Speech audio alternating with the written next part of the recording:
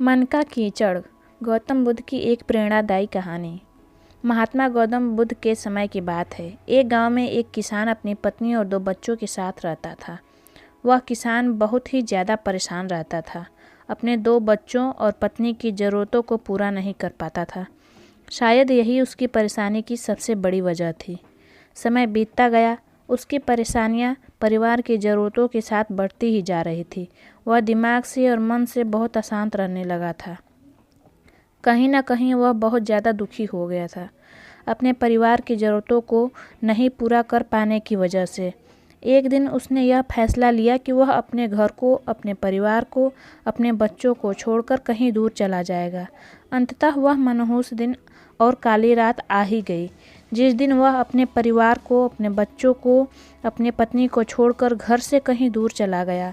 वह किसान चलता ही गया, चलता ही गया।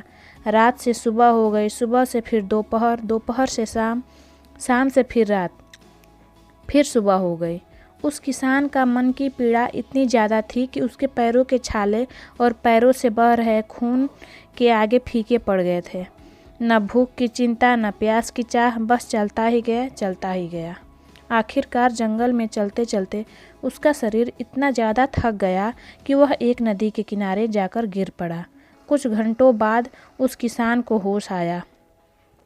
वह बेचारा इतना ज़्यादा प्यासा था कि तुरंत वह नदी के पास गया। जैसे ही वह पानी पीने के लिए हाथ पानी में डाला, उसके सामने नदी के उस पार कुछ लोगों का झुंड दिखाई दिया।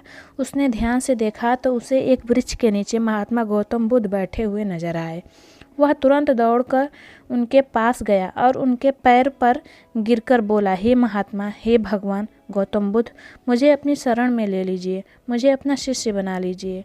महात्मा गौतम बुद्ध के शरण में आया हुआ कोई भी व्यक्ति खाली हाथ वापस नहीं जाता। यह किसान तो केवल उनका शिष्य बनना चाहता था। महात्मा गौतम बुद्ध जी ने उसकी मनोदशा को देखते हुए उसे अपना शिष्य बना लिए। महात्मा गौतम बुद्ध और उनके शिष्य वहाँ पर केवल विश्राम कर रहे थे। उनका विश्राम भी पूरा हो चुका था। वह किसान भी अब महात्मा गौतम बुद्ध जी का शिष्य बन चुका था। अब समय हो चला था आगे की यात्रा को पूरा करने की। गौतम बुद्ध और उनके शिष्य आगे बढ़ते चले गए। कुछ दूर निकल जाने के बाद गौतम बुद्ध जी को बहुत ज़ोर से प्यास लगी। उन्होंने अपने इस नए शिष्य अर्थात किसान से बोला कि प्रिय शिष्य, जाओ, पास की एक सरोवर है, वहाँ से मेरे लिए पानी लेकर आओ। किसान बोला, जो आज्ञा भगवान। किसान सरोवर की तरफ चल दिया। सरोवर के पास जैसे ही किसान पहुंचा, उसने देखा कि उस सरोवर में बहुत सारे जानवर उछल कूद कर रहे हैं। वे सारे जीव जंतु किसान को देखते ही तुरंत वहां से भाग गए। किसान बहुत ही खुश हुआ और उस सरोवर की तरफ चल दिया पानी लेने के लिए। परंतु जैसे ही किसान सरोवर के पानी की तरफ हाथ बढ़ाया, उसने देखा कि पानी बहुत ही ज़्यादा गंदा था। किसान निराश होकर वापस गौतम बुद्ध जी के पास आ गया।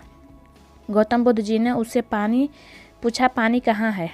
किसान ने दुख भरे शब्दों से कहा, हे भगवान, मैं जैसे ही उस सरोवर के पास पहुंचा तो मैंने देखा कि उस सरोवर में काफ़ी सारे जीव जंतु उछल कूद कर रहे थे और उनके उछल कूद करने की वजह से उस सरोवर के ज़मीन के तल में बैठी हुई सारी गंदगी, सड़े हुए पत्ते उस पानी में घुल मिलकर एक कीचड़ का रूप ले लिए थे। यही कारण है कि मैं वह पानी लेकर नहीं आया, क्योंकि वह पानी नहीं कीचड़ हो चुका था। महात्मा गौतम बुद्ध जी ने उस किसान की बातों को समझ गए और मुस्कुराते हुए उन्होंने कहा कि मैंने तुमसे सरोवर का पानी मांगा था। मैंने यह नहीं कहा था कि पानी अगर गंदा हो तो पानी लेकर मत आना। उन्होंने अपने दूसरे शिष्य से अनुग्रह किया कि जाओ और सरोवर से पानी लेकर आओ। उनका दूसरा शिष्य निकल पड़ा पानी को लाने के लिए और कुछ देर पश्चात वह पानी लेकर वापस आया। आश्चर्य की बात तो यह थी कि दूसरे शिष्य द्वारा लाया हुआ पानी बिल्कुल साफ था और उससे भी बड़ी असमंजस की बात यह थी कि सारे शिष्य बड़े ही आश्चर्यचकित हो गए कि यह करिश्मा कैसे हो सकता था, क्योंकि पहले शिष्य ने तो यह बताया कि पानी कीचड़ हो गया था। महात्मा गौतम बुद्ध जी ने सारे शिष्यों को यह बताया कि जब सारे जीव जंतु उस पानी में उछल कूद रहे थे, तब उस दौरान सरोवर में के पानी के तल में बैठी हुई सारी गंदगी, सड़े गले हुए पत्ते सब घुल मिलकर कीचड़ का रूप ले लिए थे। परंतु जितने समय में प्रथम शिष्य वापस आया और दूसरा शिष्य वापस गया, उतने समय में उन जीव जंतुओं के भाग जाने के पश्चात उस सरोवर का पानी धीरे धीरे शांत हो गया था।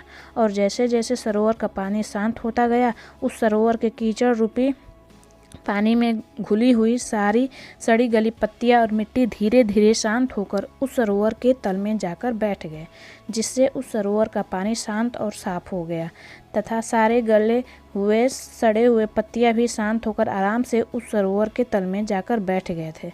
प्रिय शिष्यों, अगर उस सरोवर में किसी भी तरीके का कोई हलचल नहीं होता तो उस सरोवर की हर एक चीज़ जिसको जहाँ पर होनी चाहिए थी वह वहीं पर रहती। उन जीव जंतुओं के हलचल की वजह से सरोवर के तल में बैठी हुई सड़ी गली पत्तियाँ मिट्टी उस शांत पानी में मिलकर एक कीचड़ का रूप ले लिए थे। ठीक इसी प्रकार से हर व्यक्ति के जीवन में तरह तरह की समस्याएं, परेशानियां और कठिनाइयां आती हैं, जिसके वजह से हमारे मन में हलचल सी मच जाती है, हमारा दिमाग और मन अशांत हो जाता है। तत्पश्चात हम कोई गलत निर्णय अर्थात फैसला ले लेते हैं। परंतु अगर हम थोड़ा समय देकर उन कठिनाइयों, परेशानियों और समस्याओं के बारे में समझने की कोशिश करें तो मन की हलचल उस सरोवर की पानी की तरह शांत हो जाएगी, जिससे हम अपने जीवन में सही निर्णय का चुनाव करते हुए उसका समाधान निकाल लेंगे। किसान को महात्मा गौतम बुद्ध जी की सारी बातें बिल्कुल साफ साफ समझ में आ गई। उसे यह भी समझ में आ गया कि उसके परिवार में आई हुई सारी परेशानियां, दिक्कतें और जिम्मेदारियां भी इस सरोवर के सड़ी गली हुई पत्तियों और मिट्टी रूपी कीचड़ की तरह ही है। बस ज़रूरत है थोड़ा समय निकालकर मन को शांत करते हुए उन परेशानियों, दिक्कतों के बारे में समझने और उनका समाधान निकालने की। दोस्तों, समय के साथ साथ हर एक इंसान की ज़रूरतें बढ़ती जाती है। हो सकता है किसी की ज़रूरतें कम हो सकता है किसी की ज़रूरत ज़्यादा हो, लेकिन हमें उन ज़रूरतों को पूरा करने के लिए मेहनत तो करना ही पड़ता है।